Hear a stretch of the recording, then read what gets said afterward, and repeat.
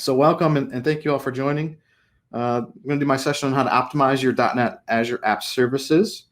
My name is Brian McKeever, and I appreciate you all joining me this morning. I hope you have enough coffee to keep you going, and we'll get right into it. As long as my keyboard works. Okay, I guess not. We're going to do this then. Do that. All right, sweet. All right, so like I said, my name is Brian McKeever. I'm actually co-owner of BizStream. We are a custom software development shop in Grand Rapids, Michigan, right by the big lake. And if you have not heard of Grand Rapids, I encourage you to come here in the warm time of the summer months and not during the winter. There's way too much snow to travel here in the winter. Of course, no one's really doing a ton of travel right now anyways, but lovely area if you've never been here. It's my hometown, grew up here, spent a ton of time here, have a family. It's awesome. But more importantly, our business at BizStream, we do .NET development. We've been doing it for almost 19 years. It'll be 19 years in October. So I've been involved with Microsoft technologies all the way back to ASP Classic, VBA, VB6, up now through C#, .NET Full Framework, .NET Core, .NET 5, all sorts of fun things. And we kind of specialize in integrations. And we do a lot of projects for companies across the United States and how to help them kind of take their legacy applications, modernize them, and actually put them in the cloud with Azure. So we do a ton of Azure work. And I'm here to share today a little bit of some of my experiences with working with Azure and how to make an app or a website in Azure perform well, and kind of point out some of the benefits of using platform as a service with Azure App Services as opposed to standard IaaS or standard virtual machines, because we actually try not to do a whole lot with virtual machines these days unless there's very specific like security or specific COM components that you need to install on the server. But we do a ton with Azure App Services. And I'm also a Kentco Experience and Kentco Content MVP. So those are two .NET CMS platforms. One's a traditional CMS like Sitecore, Sitefinity. That's Kentco Experience. And the other content is a headless CMS. So it's a new offering for different types of content management. But I specialize in that. We've done hundreds of websites with that platform and do it for people across the country. So that's the official intro. The unofficial intro is something about me. I love bourbon. And that comes from actually this conference and traveling down to Louisville. And I'm going to use that in my theme today a little bit. Just it's something that I think before I had ever been to Code PaLOUsa, I've never really enjoyed bourbon. I was more of a vodka guy and a beer guy. But ever since going down there and experiencing the love affair of bourbon with Louisville, it's kind of come home with me, and I do enjoy it. And those are my favorite bourbons, and we'll get into that a little bit later. But I have a lot of fun with bourbon. I do enjoy it. This event couldn't be possible without fantastic sponsors. And actually, I know the organizer, Chad Green, very well. I've been at many conferences with him across the United States. I've been to his conference. He's been up to Grand Rapids. I've talked many times. He's a great guy, and he puts on a great conference, and we can't thank him enough for that as a speaker in the speaking community. And these are some sponsors to check out. Obviously, I know you would recognize many of them. There's a couple others that may not. And I believe Modus even actually has a booth, and I think Amazon does too at this event. So, hey, that whole virtual booth thing is kind of new for everyone. So check it out if you want to know more about those. And again, we couldn't do this without their sponsorship, and very happy that they were able to do that. So here's my agenda for today. We're going to cover kind of what it means to use Azure App Services from a basic standpoint. We're going to get into some of the settings and figure out how we can tweak an Azure App Service to maybe be more performant when it comes to browsing and consuming a web page or website that's on Azure App Services. And then I'm going to get into a little bit of code with .NET Core and really kind of try to make the point that the Azure app alone isn't enough to do full optimization. Your code always has to come and play with that. And then kind of end up with maybe some tools of the trade of working with Azure App Services when you're doing .NET Core with them, because there's so many options for how to do certain things in Azure Apps that it's kind of nice to know. Just, I want you to leave today with maybe some things that you hadn't seen or thought about using with Azure Apps that maybe make your job easier and just more enjoyable with working with Azure Apps. So that's the agenda. I would say if you do have questions along the way, feel free to put that in the chat. That's totally cool. I'll try to keep an eye on that and answer those as well with certain things. I do want to make it a somewhat interactive session. So, basically, if you come up with something you want to ask, don't wait till the end. Feel free to just add it in there. And again, I'll try to keep an eye on it. But that's kind of what I want to do. I want to cover the basics, go through some settings, look at some code, and make some changes to basically optimize the site as we talk. And that's really my goal. So part one, the basics and the setup and the scenario. I'll just kind of go into the concepts of what Azure Apps are. And there's some specific details that most people have trouble with when they're first learning Azure Apps that I want to cover in this section as well. But first, I know it's early. I know it's in the morning. I wanted to do a pop quiz. And this may be just something that get you thinking. I'm going to put everyone on the spot who's watching today with this question. And don't worry, I'll give you the answer. But how many ways are there to host websites in Azure? Because that's actually, it's not just one. I'll give you a little hint right there. There's definitely more than one way to do it.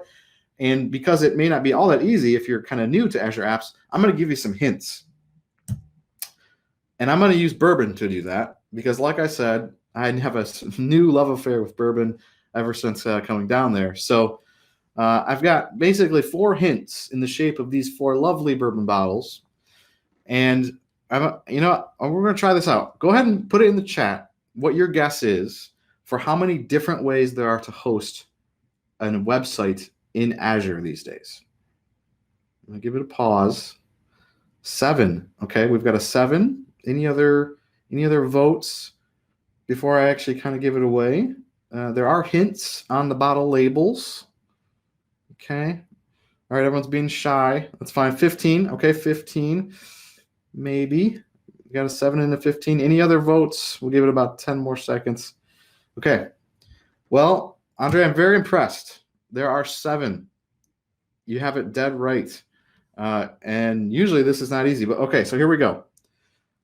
The most obvious one, right? There's a virtual machine in Azure. There's one because you can put a full-blown web server with Windows Server and run IIS. That should be easy, right? Nice. It's actually funny that the answer was the Costco bourbon from the Kirkland brand. I don't recommend that one, but that's the one that had the right answer on the label, so that's why I went with it. My actually favorite is the Bullet over there. And no, I can't ship you that across state lines. I think that's somewhat illegal. But if I was there in person, I would probably have something for you. So I apologize for that. But virtual machine is number 1. Number 2, Azure App Services, right? We're talking about that today. I would hope that someone would at least guess that. Number 3, Azure Functions. Yes, you can return HTML from an Azure function. Number 4, Azure Blob Storage. There is a ability in Blob Storage to turn on static file hosting. So that's number 4. Number 5 is the Azure Fabric or Azure Service Fabric. There's a way to do that. I wouldn't recommend it. That's probably the worst way. But if you had to do something with that, you could. That's number 5. Number 6 is the brand new way, which just released a couple months ago, Azure Static Web Apps, which I'm not really going to get into today because it's so new, and I've had this session prepared for a while. But that's a new way to host kind of static HTML sites that you might generate from like a Blazor client-side WebAssembly project or even like Gatsby.js. So that's 6. And then, boy, as the guy who's supposed to know this, let me think. The last one, I'm going to have to check my notes because, again, it's early in the morning. Last one is containers with Docker. So you can, of course, upload a container image into the container service, and you have that off and running. So those are the 7 ways to do it. The one we're going to talk about today is Azure App Services because that is my favorite, although the new Azure Static Web Apps is pretty darn cool if you don't need server-side support or limited server-side support because there is actually an API layer in the Static Web Apps. And obviously, Blazor is a new thing that Microsoft likes to talk about, and it's pretty cool technology with .NET 5. If you haven't heard about that, I would go check that out. Or I'm sure there's a session today about Blazor at some point. But again, so that's 7. So good job, Andre, for getting that correct. 15, Casey, that's probably, Maybe someday they'll get there because it seems like they keep adding more and more. But just thought that was a fun way to start out. So now we're going to go back to this, if I can click the right direction. Okay, so again, we're going to talk about Azure App Services. And just because that's one of the 7 ways to host a website doesn't mean it kind of stops there. There's actually different types of Azure App Services, as what this screen is showing. The one we're going to focus on is web apps, logic apps, and functions and API apps, mobile apps. Those are all kind of different little parts of an app service that rely on an app service behind the scenes, but don't give you like all of the full control. Whereas the Azure web app, that's the full thing. It's a full, basically, platform as a service application pool running in the cloud that you can control and deploy to. These other parts of Azure App Services, they're very useful if you want to do kind of like a no-code solution for logic apps, where you want to maybe connect one event that gets triggered from an HTML or HTTP post or like a webhook, and then you want to insert that into like dynamic CRM, where you want to put that into your Slack channel or Teams channel. That's what logic apps are for. Functions are just basically that, serverless functions that run in the cloud that you can use, again, triggered in many different ways. They can be scheduled. That's common to combine with Azure App Services, but I'm not going to get into that today because otherwise we'd be here for like 2-3 hours if we start talking about all these things. So we're going to focus on the top left one, which is the web apps solution, and go from there. And inside of Azure Apps, this is like one of the most important slides to understand of the talk if you're new to this platform. So when you create or provision a resource in the Azure portal or use the Azure CLI, however you want to do it, you're actually usually creating an Azure App Service plan. And plan is the key thing at the end there that kind of groups your resources together, and it's actually where the resources really lie. So I like to think of it like this. An Azure App Service plan can house many Azure App Services within it. So think of like a traditional IIS website that has one-to-one app pool. And inside of an IIS website, you can have different virtual folders that maybe bring in other code bases into that one IIS website. That's really the same thing as what's going on here with the Azure App Service plan. The plan is what you define the amount of horsepower that your Azure App Services have and share. And that is a super keyword. They share the resources, the compute, the RAM, and the file system limitations that are there, even though there are not many. But basically, if you create a plan, you can have 1, 2, 3, 4, 5, actually 100 different apps within the plan. They all use the same resources. So when you talk about performance and optimization and scalability, you're actually scaling out or scaling up the plan, and I'll show you this in a second, to support the different apps you have in there.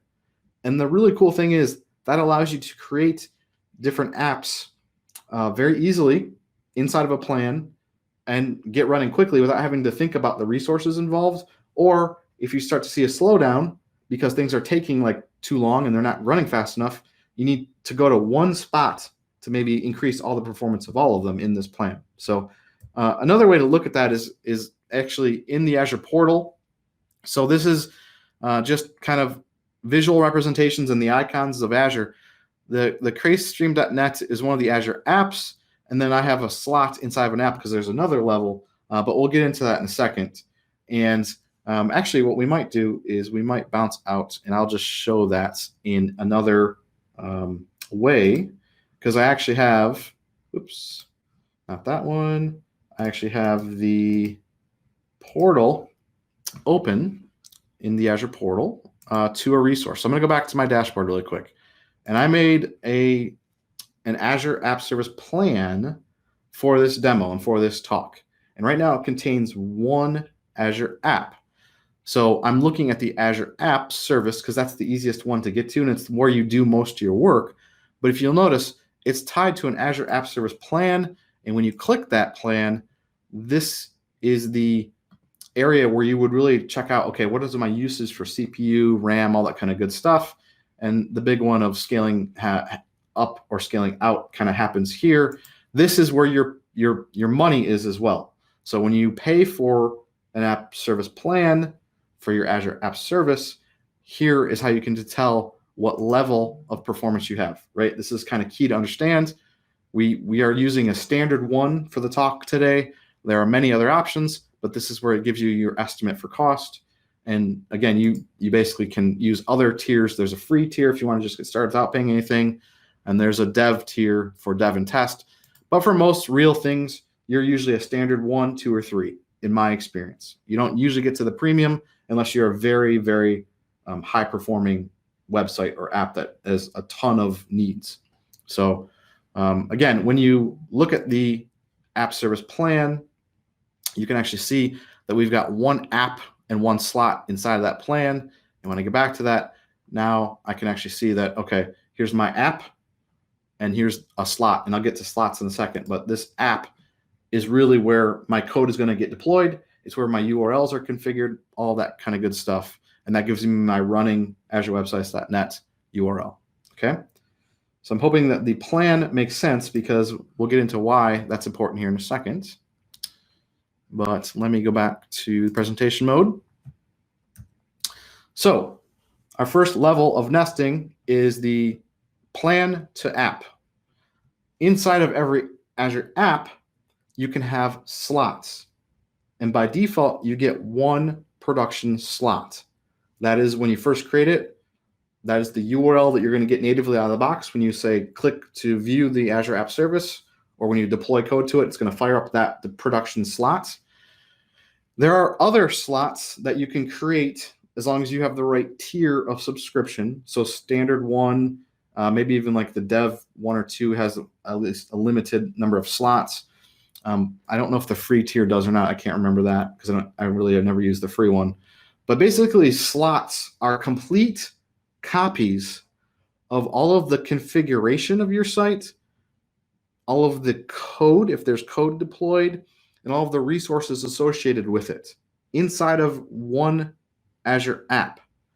The idea with slots is it gives you the ability to deploy a release of your project to a slot, test it pseudo in production, and when you're ready, with a click of a button, you can swap slot 1 to production, which will kind of swap production back to slot 1, and suddenly your release is live to the world without any downtime.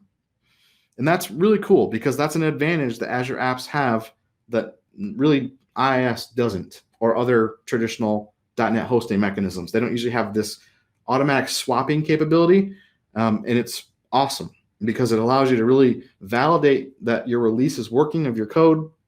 It allows you to have different settings. Maybe you want to do some testing, swap out some web config variables, and make sure it's all working before you actually go to production with it. You can do that with slots, and you can actually deploy specifically to different slots with all the tooling like Visual Studio or VS Code or Azure DevOps and with CI/CD. So slots are awesome, right? Yeah, exactly, Andre. It is kind of like a blue-green, but kind of like maybe even slightly better because it's a whole enhanced copy. And they can actually live for a long time if you want to use slots to have like a different environment. A lot of people do that. I don't necessarily always recommend that because here's one of the detractors of this concept is that it's the same app pool for an app service, whether or not you're in the production slot or slot 2 or slot 3. So pretend you had an issue and your site was spinning away, it was using CPU like crazy on slot 2. Well, you're going to affect all the other slots, including production. So that's why it's not really meant to be a long-term running other environment because it's the same set of resources for the Azure app with all your slots, but it's meant to be like a short-term test and then swap when you're ready. And the neat thing is you can have different settings and configuration for all of these different slots. And I'm going to show that today. So I know this is kind of a lot of theory, but don't worry, we're going to get there. I'm actually going to show it. But it is super key that do not take my recommendation here as, okay, I can run dev, stage, and UAT and production all in one spot in one Azure app. That's not what I'm saying. But it's like the capability to do that for maybe a production go live or a swap of major release 1 to major release 2. So, and we'll show this in a second, but it's actually, it's very impressive. It's one of my favorite aspects of using Azure Apps. So I'm hoping the concept is making sense. Okay. And to show it, I'm going to quick run you through a mini app that I have kind of started. This is just a .NET Core MVC application. It's meant to be like a boilerplate or getting started with Kentico content. As I mentioned, I'm a content MVP. This is just one of my favorite ways to spin up a website really quickly. There is a GitHub repo that has this project. It loads up a standard looking MVC site. It's using Bootstrap, but it's connected to the CMS so that all the stuff in here is editable by you as a developer or as a marketing person. So this is kind of neat because it allows me to have a project that I can easily spin up and deploy to different places in Azure Apps and show you some differences of how we can take this site as it comes naturally that's maybe not optimized. Because again, a lot of times you're going to get projects from GitHub or other places and they're not going to be totally optimized. They're going to be default configuration, because our goal today is to learn how to maybe optimize Azure Apps with .NET Core. And I thought this was a good starter project to do it on. So again, this is just a boilerplate example. It uses content. So content is the thing that makes it editable, and they're the ones that actually like provided this project. And it's something that's an API first headless CMS implementation. So the nice thing is there's no database or server stuff that I have to worry about. It's really just the code in using the application with content. And it's why I like content as a CMS. In case you're not familiar, the main benefit of headless CMS is that you can actually have one CMS instance and publish it to multiple places, whether it's one website or two websites, or it's a native mobile app and a smartwatch app. All of it can kind of be updated through an API. You click publish and all those places update. So the neat thing about it is that when you have a piece of content like that About Us page or that homepage that we were just looking at, everything in the CMS ends up delivered over an API. And I'm showing the result of that API just so we don't have to get into all the details. But basically, if you have any CMS experience, even if it's WordPress, usually you publish an About Us page and you get a web page template and you're working in that template box. But this delivers only an API that is a JSON representation of your content. So I get About Us. If I have related content, I have other elements that make up those items and I can retrieve those. So if you're interested in an API first or headless CMS, I really encourage you to check out Content because it is an amazing platform and great to use. It also does asset management and CDNs. So we're going to talk about images because images are the most important aspect really of optimizing a website these days when you have rich interactive web pages. But it delivers all these assets over a CDN, and every image that you put up into this CMS, you get over a URL to display in your application. So if you're interested in that, the code that we're going to look at today is open source. It's available at the Boilerplate project. There's a link to it at the bottom of the slide. And again, I think the slides are going to be available after the talk. If you're super interested, you can always hit me up on Twitter at McBeeve, and I can get you that as well. But let's stop talking about it and let's maybe show some of it. Okay. So let me jump out to that. And I talked about slots before. So again, we're in our app service for Code PaLOUsa 2020. And the app service has an overview, which gives us the URL. So if I click the URL, this is the Azure website that produces that website that we just talked about. And we've got our default stuff coming from, okay, now why doesn't that want to scroll? That's interesting. Try that again. All right, for some reason, we're not scrolling. Okay, there we go. Maybe it's my mouse. So, default website, all that kind of good stuff. And that is powered by some code. And funny enough, I should have opened the code up ahead of time on the other monitor, but bringing it in now. All right. Just to kind of hammer home the point a little bit, if we look at the home page in our .NET MVC site, you can see I've got standard stuff here. And I'm actually going to zoom a little bit if I can see that. So let's see. So I can make that a little bit bigger. Maybe not. Control isn't working for me. So I can never remember that keyboard shortcut, ever. I don't know why I can't remember that. Maybe I'm just not used to it enough, but there it is. And we're going to get this down. So this is standard MVC content, right? There's nothing special. There's some models that come from our CMS. This is generated by the code. And if we look at the homepage model, there's nothing, actually, sorry, there's really nothing on the homepage. It's just all related content. But if I look at the controller for the homepage, I'm simply calling out to an API that's called the delivery client. I'm asking for get me the list of 3 articles by post date, and that is then returning to the screen those 3 articles. Okay, so it's nothing special. It's just C# code in .NET Core, but it is deployed into our first slot or our production slot.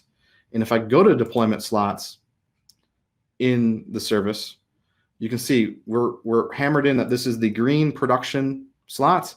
We've got all of our traffic going to that slot, and there's another one called optimize, which I'll get into in a second. But that's one other cool thing about slots is you can actually kind of test out some of your traffic ahead of time too. If you want to put like 25% of your traffic to one slot to test with a few people, a few customers before you go release, you totally can. Oh, and thanks, Andre, for the keyboard shortcut. That was good. So here are 2 slots. I could make another slot, and creating a slot is very easy. You basically say, hey, what's the name of the slot? And do I want to clone my settings from which other slot? And the settings in an Azure app are really underneath configuration and a few other things like the networking settings and the various other settings involved, but mainly it's the configuration settings. So as soon as you make sure you have like a unique name for your slot, you click clone and it makes the other slot. And I'm not going to make one right now because I already have one. But if I had just made that, I would then click to that next slot. And here you can see the portal refreshes, and it's a complete copy of everything basically. And for this slot, we have our slot name as the URL to the actual live endpoint of the code. So all the other configuration is the same.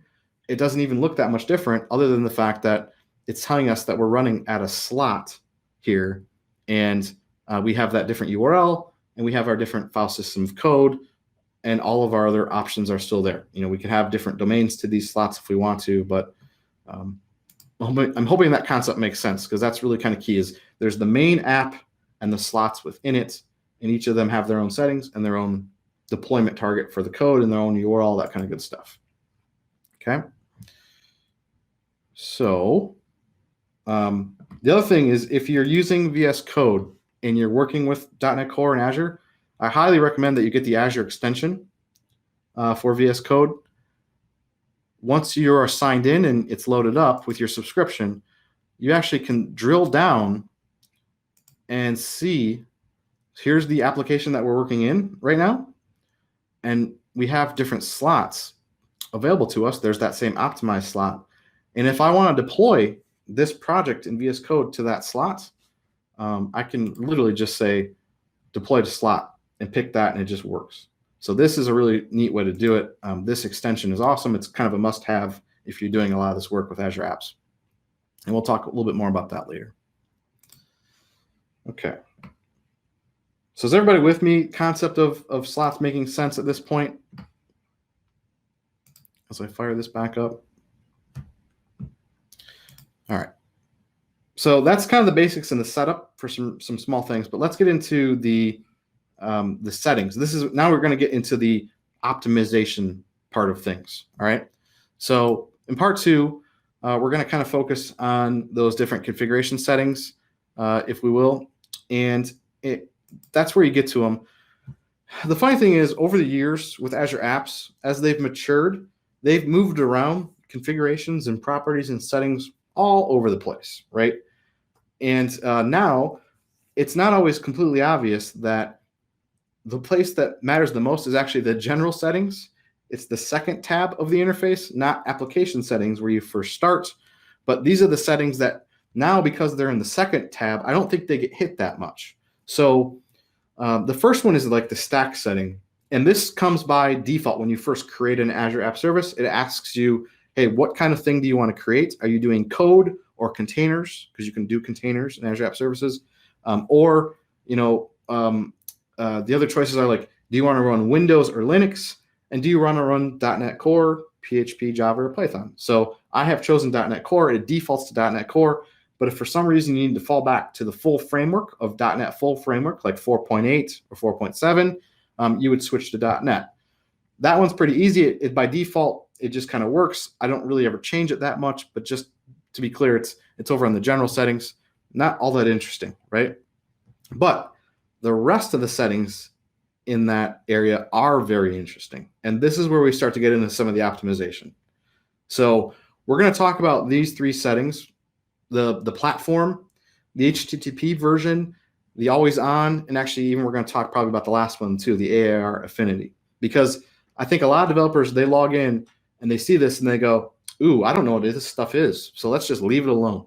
And they're missing an optimization opportunity if you're just leaving it alone, not changing it. So first one we're going to dive into is 32-bit. And kind of another quiz for you. Generally, as developers, when you hear things like, should we run 32-bit or 64-bit, what's your typical thought process? Like, oh, 64 is bigger than 32, right? So that's a good thing. And maybe 32-bit is not so good, right? We have our computers that run 64-bit these days. But I want to ask everyone who's watching, if you have a choice between running an Azure App Service with 32-bit or 64-bit, what one do you think is better? What one do you think you should use? A 32-bit app or a 64-bit? Anyone has an idea? Go ahead and throw that right in the chat, because I'm kind of curious. Because this was, my first reaction was, yeah, 64-bit should be better, right? That's better than 32. So yeah, a lot of people are saying 64-bit. Okay. So what I have here is I'm showing Kudo tools, which is part of Azure Apps, and that's like the debugging aspect. It's in the left navigation blade, and I'm showing the worker process inspection for our Azure app, and the top is the 32-bit setting, and you can see we're using 30 megs of RAM in our 7 gigabytes of RAM because we're using standard S1. And the bottom, I've switched it to 64-bit, okay? It's double.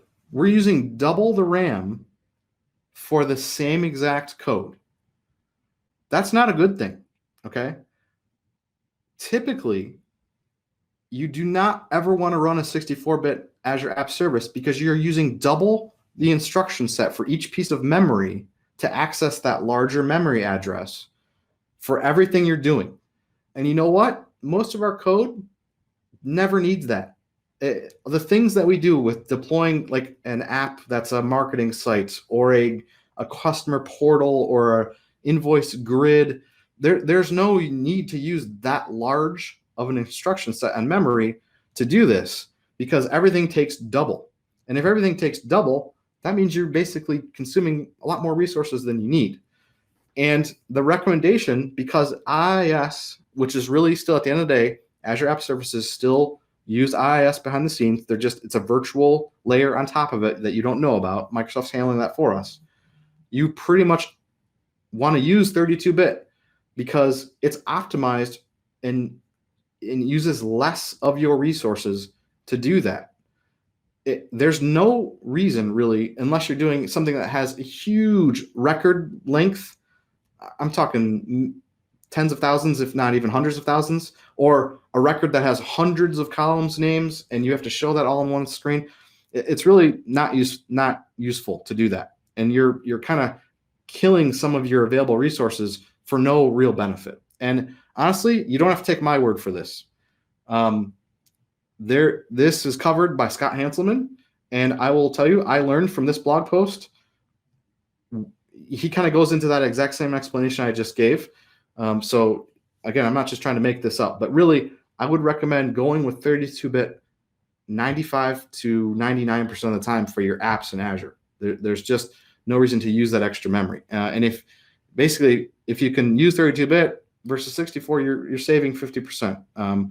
You've got a 50% negative hit if you're using 64-bit, in other words. So just because I see that Evan has got some, let's see, sorry, too fast. All right, got to hit control. I'm going to bring this up, hopefully. Maybe. All right, I'll tell you what, I will get that in this mechanism. There we go. And I'm going to put that in the chat so you guys can actually kind of read that along. But Scott says the same thing. Scott's a much smarter guy than me, and he's backed by the Microsoft team. So hopefully that recommendation will make sense. And if you want to talk more about that later, feel free to ask the question.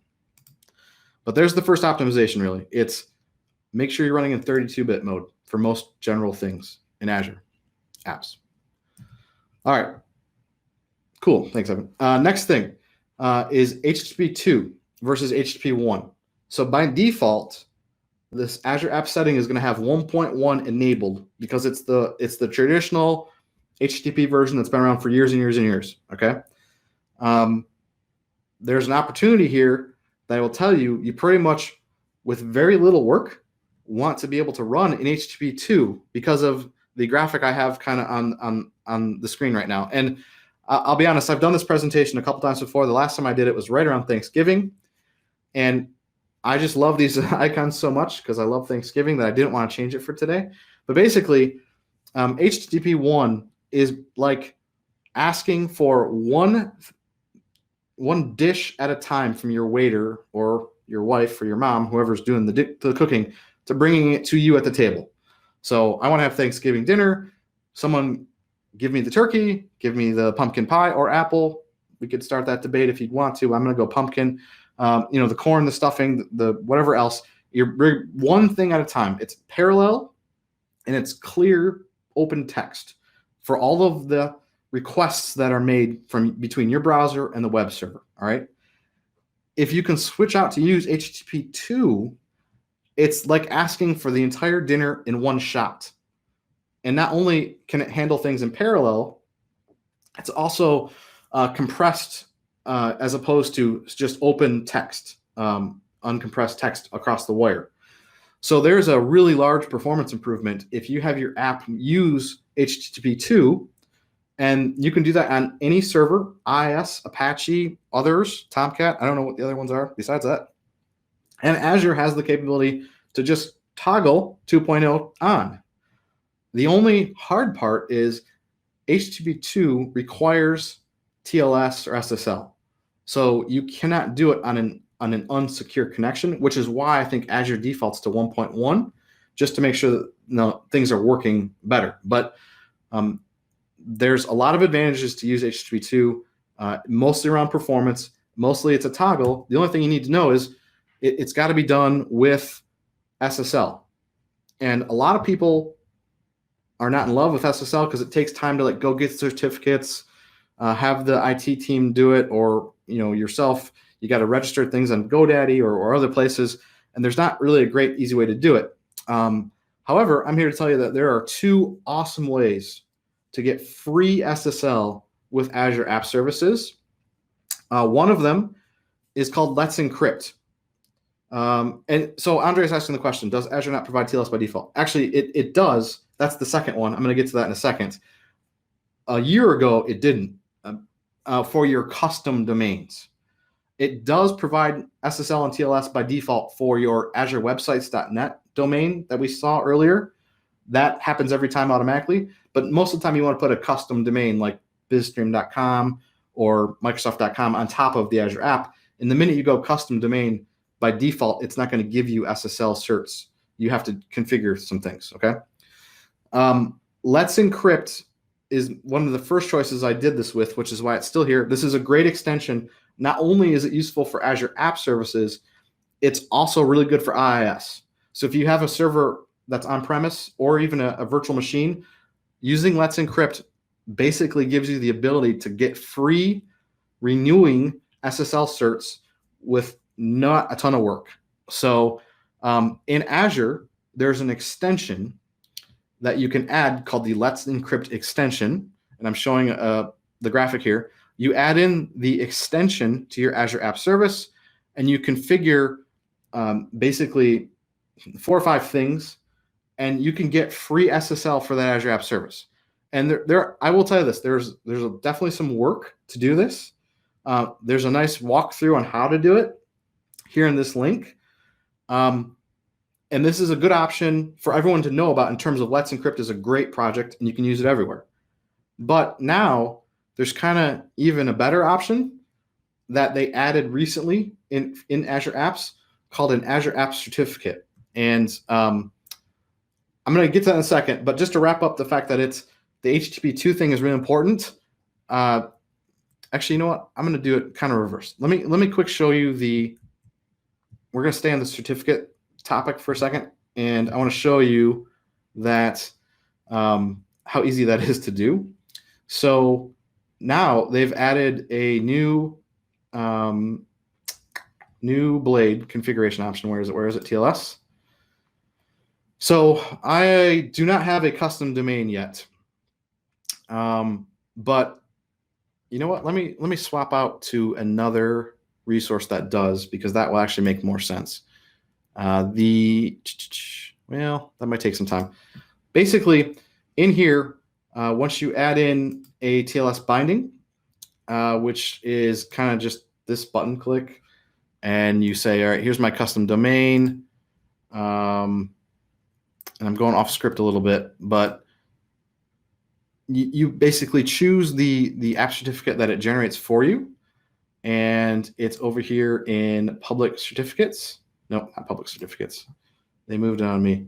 There it is, an Azure App Manager certificate. So I'm going to add and click the Azure App Manager certificate, and basically this is the thing that you specify your domain, and it has to be not the naked domain, which means it has to be the www.website.com domain. You can add that in and click this button. It will generate SSL for you, and you then go apply it in the bindings of the main domain area, just like you would in IIS. So you generate the certificate using the Create App Managed Service certificates. You add it to the bindings, and then it just kind of works. It's free. Microsoft does it for you. The only bummer of this mechanism is it doesn't work for the non-naked domain, and most people like that. If there's time left, I'm going to come back to this, and I'll show you the running example, just because I'm starting to worry a little bit about making sure I get through all of my normal stuff. So just so you know, bottom line, 2 free ways to do SSL in Azure Apps: Let's Encrypt as an extension, and then that managed certificate that's part of the Azure app as it is now. Okay. And when we do that, the minute you have SSL turned on, you can get HTTP2 running, which is shown to be 80% faster than HTTP 1. All right. And to hammer home the point, I do have a quick demo of that, which I don't have to do much other than load this web page. So on the left, you have HTTP 1. On the right, you have HTTP 2. And even just this quick demo, 3.4 seconds to load a bunch of images that make up that Earth or that globe, whereas HTTP does it in less, even a second faster. And if I hit refresh, I think it's going to do it even faster. Some of it's cached. So now that we hit the second time and we have it cached in the browser, HTTP 1, 2.3 seconds, HTTP 2, 1.62, right? So that's a pretty big optimization for basically just adding SSL and clicking HTTP 2.0. I highly recommend that you do that. It's totally worth it, and you'll see over time with all your requests, it adds up pretty fast. So I'm hoping that's pretty cool. I'm hoping that might be new to some people, but totally worth it. Okay. All right, continuing on. So always on is the next setting, and this is basically something that says by default, after 20 minutes of no one hitting your website in IIS, we're going to shut it down to save resources. It's been like that for a long, long time in IIS. And up until about a year ago, this setting came as off in your default configuration when you spun up an Azure App Service. Now it actually defaults to on, and that's good. I'm glad they made that change. So this is less important to remember now, but there is one special caveat to remember, and I'm going to get into that. So if your application is not warmed up, that's when you see the .NET, just the white browser with the spinny, and you're just loading. You're waiting for the site to compile. You're waiting for the just-in-time compiler to come in, or however the compiler is working with Roslyn, whatever you want to call it. It's something that first hit for that first person, that's usually an expensive hit, and you're just waiting for the site to compile and load, right? With this on, every second, the Azure app makes a request to itself to keep the app pool warmed up and consuming resources. And it's good that it comes on. And I like to think of it about as this, as I said, off, no bourbon in the glass, no one's happy. If it's on, there's bourbon in the glass, and everyone's happy, right? In fact, it's better when there's full bourbon. I just thought that was a funny picture as I was looking for this. But you make sure you want to have it on when you're doing this for production. And I say for production because you don't want to overdo it. And I've seen this with customers. I have customers come to me all the time with, hey, can you look at our Azure app? The app is slow. We're not sure why. And it turns out what's going on is they have the always on turned on. They've copied the production slot into 3 or 4 other environments, and they're running a stage and a UAT all in the same Azure app, as opposed to having 2 Azure apps in the same plan. And they have everything turned on. And every time somebody's hitting a page in those different environments, it's compiling. And it's compiling so much, and these apps are so big, that all 3 of them are trying to compile at the same time. And suddenly your UAT testing effort and your development effort is affecting production because you haven't correctly isolated things away. So you don't want to overdo the always on. And in fact, the recommendation from Microsoft is really only have always on turned on in production slots and have it turned off in your staging and UAT, because technically you're not supposed to be using those slots for long-term running things. They're, again, meant for deploy, test, and swap. So good, Andre. Thanks. I appreciate that you like the HTTP too. It's pretty cool. Always on is also important because you can actually step on your foot and really hurt your performance if you don't pay attention to those settings. So I'm hoping that makes sense. Production is a yes. Other deployments are a no. Okay. Now, there's one funny thing on top of that as well. I ran into this week actually with a client. How many people have a dev slot or a dev site even that you restrict it to the outside world, right? So maybe the first app is production and everyone can see it, and the second app is a different Azure App Service altogether, or a different website altogether. Your development, you only want people on your network to get to, or maybe even a few just trusted vendors can get to it. And a lot of IT departments will kind of lock down an IS or a web server, or even you can do this in Azure too. You can restrict Azure apps to certain IP addresses as well, so that way no one gets to the dev site when they shouldn't. Well, that happened to us with a site that this was a site that they wanted to lock down. They didn't want anyone other than a couple IPs to get to it, and they had turned on access restrictions. So access restrictions on an Azure App Service allow you to basically say only these IPs can talk to me. But the problem is, if you want to use always on, you have to be able to let the resource talk to itself. And outbound IP addresses need to be allowed if you're doing network restrictions like this. So in the properties of your Azure App Service is where you can find your specific outbound IP addresses, and you need to allow these IP addresses in your access restriction rules if you want always on to work correctly. Otherwise, it never gets there, and it 403s. So that's something I ran into this week that was killing us. We weren't sure why we were spinning up all the time. And it was because of basically network restrictions to always on. So watch out for that as another thing. But basically, the results with this setting, you can kind of almost get 50% faster if you use always on and you cut warm-up time out. That's why that setting is important. That's why I kind of recommend it. All right. So I'm going to go a little bit faster. AAR affinity is another one that people tend to leave on. And if you're doing a stateless marketing website, or you don't have login, you don't have a session, you're just trying to display a website, kind of like my example to begin with that content website, this is something you can turn off. And it even actually says in the UI of Azure that you can improve performance of your stateless application if you do not need this. And what the AAR affinity means is when this is turned on, Azure adds a cookie or a header value to each request. So that way it knows when that request comes back, it goes to this specific spot in the Azure app, and it's always this one on this server. Because sometimes behind the scenes, Azure can move your app service to another larger container, and you don't know it. It's fine. That's just the way they work. But if that move happens when someone's using the site, that would be bad because traffic would possibly go to the wrong container, not the right one. And that's how AAR affinity fixes that. It makes sure that, no, if you start your session, you're always going to stay with this specific connection to this specific Azure App Service. So by default, it's on, but it is a performance addition to do that.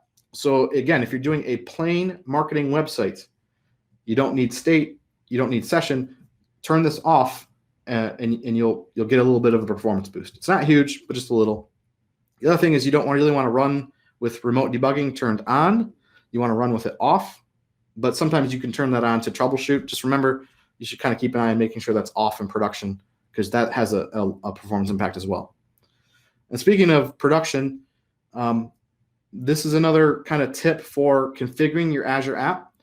There are environment variables that .NET Core looks at when it runs. And think of this like your debug equals true in the classic web config or building for release versus debug.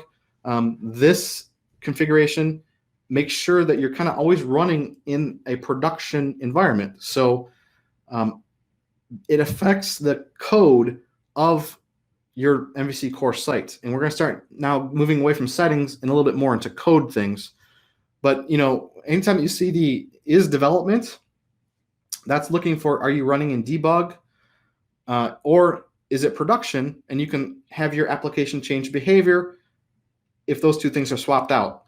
Well, that can actually be something that if you're using CI and DevOps, maybe you forget to replace a variable, or maybe you forget to have a web config transform, and maybe a commit of your source control from a developer can actually commit code to your repo that has debug turned on or is in debug mode, and your build maybe doesn't think to watch out for it, and suddenly a debug build gets to the code base of your .NET Core website in your Azure app.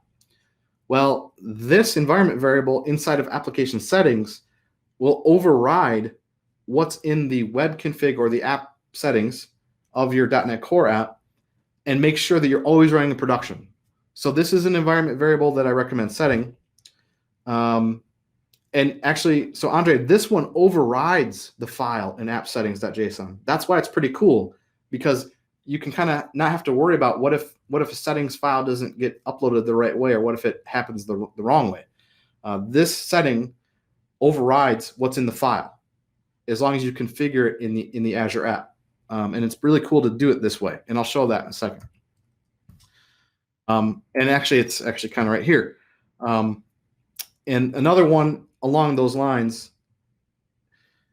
So it'll actually even override that too, Andre, even if you have the .environment in the file name for app settings. These ones override, which is kind of neat.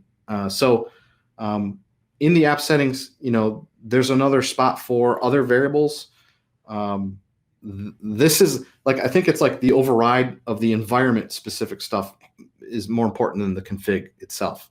But another configuration that's always missed in there is if you have a server time zone showing on your code. So this is actually a screenshot from Kentico Experience on the system aspect of it. It actually always shows the user the time, because maybe you want to have the time in your emails, or you want to have the time on your web page or the current date or something. This almost always gets missed, and people try to write code workarounds to offset the date time. Well, you can actually configure the special website time zone environment variable in your app settings, and you can specify Eastern Standard or Central or whatever time zone you're in. There's a standard list that I think I have on another screen here, and that will set the time the right way. So I'm going to just quick show that. Hopefully I can do that quickly. So in the configuration is what I've been talking about. And oh, yeah, I have that in my optimized one. So by default, this is what you'll get kind of out of the box. You won't really have any application settings. But if I'm going to go to the rest of my demo here, oh, no, sorry, I want to do deployment slots. I have kind of made the changes that I just talked about in my optimized slot. So I'm going to click over to my optimized slot, and I'm going to go to configuration. And here you're going to see there's some application variables that we just talked about. So here's the environment variable for production. Again, this could be development if you want to force development as well.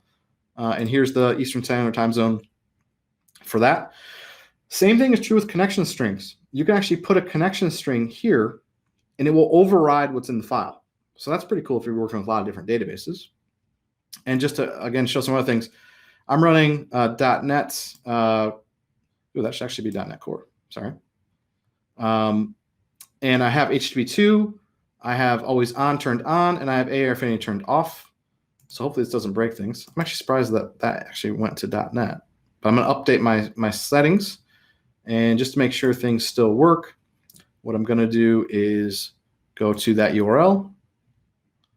And it's going to compile because we just changed the settings. Okay, good. So the .NET Core app still works. Here's that same website we looked at. And I have a couple examples to show you the results of those settings. And I'm going to get into that in a second. But I just thought I would quick show that. So let's go back here. All right. Now we're going to get into some code that relies on those settings, or well, works with those settings. And whenever you do an MVC core site, this is the classic example you're going to get. Every boilerplate or every starting point, it'll have in your startup file. Use static files is how you serve out images, JavaScript, CSS. It's in every .NET Core project probably ever that you've seen.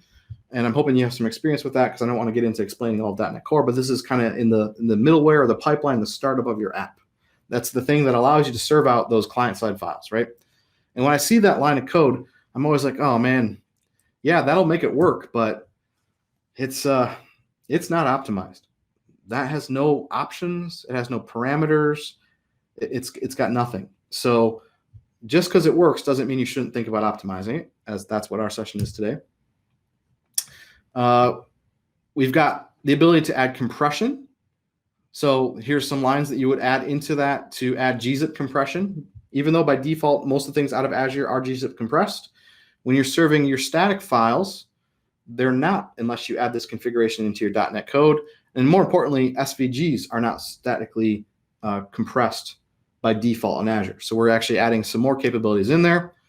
And what I want to do is I want to just kind of jump into the demo because I just saw the time and we're running behind a little bit to explain these things better. It's sometimes easier to just look at the code. So I'm going to go back to my startup. And this is a kind of a traditional startup. I'm going to do actually the stack files first. In our configure method, like I said, most of the time you see the default static files, use those. And that, again, makes all the files inside of www root work correctly to serve out. If you don't even have that, you won't even be able to serve standard stuff. But what we recommend to people is, either add in the options I have below to this line or add another place to serve static files out of that aren't just www root. So what this code does is it gives options into our static files. And it says, you know what, I'm going to use a folder called my static files. And maybe this is some other place. It doesn't have to be here. It could be in blob storage or something else. I've made a folder that contains some images. So I've got a folder with I and then an image in there. And I'm going to say, you know what, respond to the assets path. And anything that runs through here, I'm going to add a cache control header of public and max age of a whole lot of hours. So this is now in terms of it's in days. We're telling anything that gets requested through /assets to cache it for days because the default one does not add any caching rule. So if you've ever done any optimization work or SEO work and you've got the Google page speed and you're shooting out images and it's telling you your images are not cached long enough, this will help solve that by adding that cache control header. Okay. So when you have that, you also have the ability to add compression or gzip compression to those files as well. So I'm adding compression into the pipeline for these MIME types. I'm saying use gzip and Bertolli were available. Gzip is the one we're going to focus on.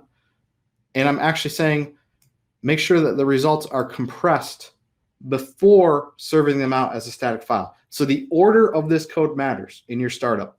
You want to make sure that you have compression turned on before you enable static file serving. Otherwise, you'll not have compressed items served out. And that bit me the first couple times I was doing this because I had it in the wrong order. So that code runs, and I have that deployed to my optimized slot.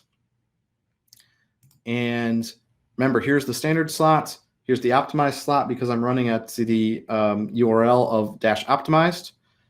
And I have these two images. And just to make sure, I'm proving that this is true, I'm going to hit refresh. And those images came down. This snail image is actually being served out of the www root location. So I have just slow coming from www root. Oops, you can't see that, can you? Because I don't have the assets location in there. And I have the next folder of me talking here at Code PaLOUsa coming from assets with Brian on it. All right. So I'm just serving two different images from those two places to show you the results. If we look at the network tab of those things, and I'm going to hit refresh so we capture, I'm actually going to clear the cache and hit refresh just so we get the latest stuff. Come on. Empty cache, hard reload. And now we're going to look at, hey, by the way, we've got HTTP2 showing in our protocol. That's one thing that we talked about earlier with those settings. And if I look at slow, this is the coming out of the www root, and I look at the headers, we see that we have some standard stuff. We've got a 200, and it's not really all that special. It's just saying that it's gonna expire basically now, so it's not cached. If I look at the Brian request, I can see that I have my max age cache control public on there, and you can actually see that it's gzip encoded. So guess what? This image, the one with Brian, is going to be way faster and way more optimized out of those places than the snail image because it's not. So again, if you hit refresh without doing a hard reload, you'll see that we're still getting, well, Google's done a good job of Chrome has actually cached it in memory, so we're still getting the same request. But trust me, this is going to be your best practice. This is going to be what you want to have optimized when you serve images out of your Azure app with your .NET Core site. So does that make sense to everybody? Hope I didn't lose you with that little bit of code. There's another optimization for bundling assets with Azure that Microsoft talks about. Don't use this. This is not good. We're going to skip over that. But I would tell you that don't use it on the server side. It's just not good enough in modern UI practices for optimization. There's a concept of using a tag helper to do cache busting. If you're serving a bunch of different client-side files out, you can check out our blog post about that. I'm going to skip that based off time. One other thing to think about in terms of overall in your coding, anything that has to do with Azure in the file system is notoriously slow. So if you're doing any kind of uploading to Azure, it's not something that's going to be very fast. I would recommend uploading it to Azure Blob Storage as opposed to the Azure App Service directly itself. And again, I'm going kind of fast based off time. Last couple tools of the trade.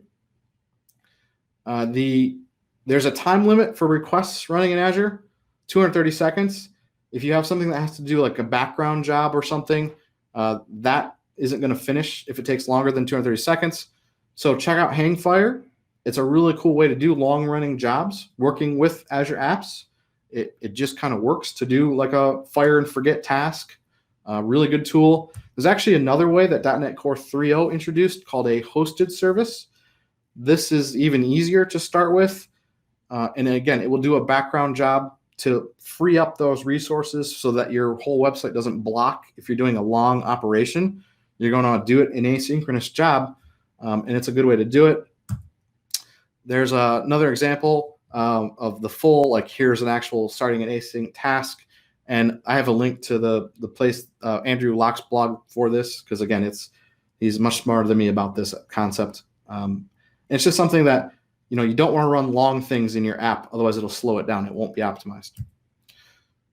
There are other things that say your site's running slow, most people don't know that there's Diagnostics as a service. So when you go to diagnose and solve problems, you can highlight the Diagnostics as a service, and you get all sorts of fun things for collecting memory dumps from your live running application, doing some profiling. This is stuff that if your app is having issues, this are key tools to help identify where the slowness is. So definitely recommend checking those out. If you're not using application insights to monitor your app, you're missing out on that as well. This is a great monitoring tool. It will identify slow running requests. It'll identify problems with like 500 errors, a bunch of 404 errors. Totally recommend using application insights on top of Azure Apps. That's very important because then you can even get a nice dashboard of your app. So this is the Power BI that ties to application insights. Again, these are just more tools to use as you're going with it. And if you're really running into problems serving images, because again, that's the most problems that we see for people, you can actually even bolt on an Azure CDN. This is not as important if you're not global, in my opinion. I think Azure does a great job of serving images as long as you serve them correctly with those headers that I talked about earlier. But if you have to, have a website that's going global and it has to work well in Europe and Asia and the US, you probably want to go to the CDN. It's not expensive. It bolts right in. It's pretty easy to do. I've got a link there of how to set it up. And what if all these things are still slow? There's one more ultimate thing to do, which is actually where some people start, but I don't recommend starting this way because you can scale up or scale out, but it costs more money, right? If you add more resources, if you have many copies of the resources, you start paying more. So this is your last option, in my opinion, if you haven't went through all the first steps I've talked about, but it still is the ultimate way to scale up and optimize your site. Totally recommend that if you've done the other things and you still have performance and slowness problems. You can up your resources, you can up your RAM, you can have more than one, but there are some considerations with that. If you scale out and you have multiple Azure apps, you might want to look about using the Redis cache to share session states across those different apps. So Azure Redis is super easy to add in. It's a very fast cache that you can handle making session if you have 2, 3, 4 different instances of your Azure app across time. If you're interested in that, you can talk to me in the chat or reach out to me later. I can cover that as well. Didn't have enough time to get through all that today because I was really wanting to work on the key settings. But I'm hoping that going through all these settings prevents you from having this kind of reaction to working with Azure, which was my first couple months of working with it. Coming from an IIS background, I was like, what in the world's going on here? But I'm hoping to have cleared up some of that. And remember that, the first 80% of performance is typically easy, to make it faster and better. But the last 80% will crush your soul. Kind of like this. I don't know why in the world anyone would ever have PBR whiskey. I think it's a horrible idea. I think it's a blasphemy. But hopefully it's not like that. Again, terrible. I don't know why anybody would do that. So, if you've got questions, my main question is, this is a virtual conference. So when the hell do we actually drink beer or drink bourbon at this conference? I don't know when. Maybe that's later. You can ask me those questions later. Yeah, exactly. The PBR is bad enough. But with that, I appreciate you guys coming. I'm sorry I ran over on time a little bit, but I'll leave it here. And if anybody does want to ask some questions or get a hold of me, here's how to do that. And obviously, we're in the chat here for a little bit. I can hang out for a little bit more. But yeah, that's it, everybody. I appreciate the time. Thanks, Andre. Thanks, Tina. Appreciate that. Definitely hope you guys go enjoy the rest of your day. Good, Jack. I'm glad. I'm glad you can check that out. That's like one of the best tools about this platform. So awesome. Thanks, Mark. Definitely check out the rest of the conference. I'm gonna give Chad a hard time about how come we're not drinking beer faster. I feel like that should be an option, or bourbon. I have some here too, but I think doesn't look like anyone else has any questions, so I'll let you go. Enjoy the rest of your time. Thanks, everybody, and hopefully we'll see you face to face next year for Code PaLOusa.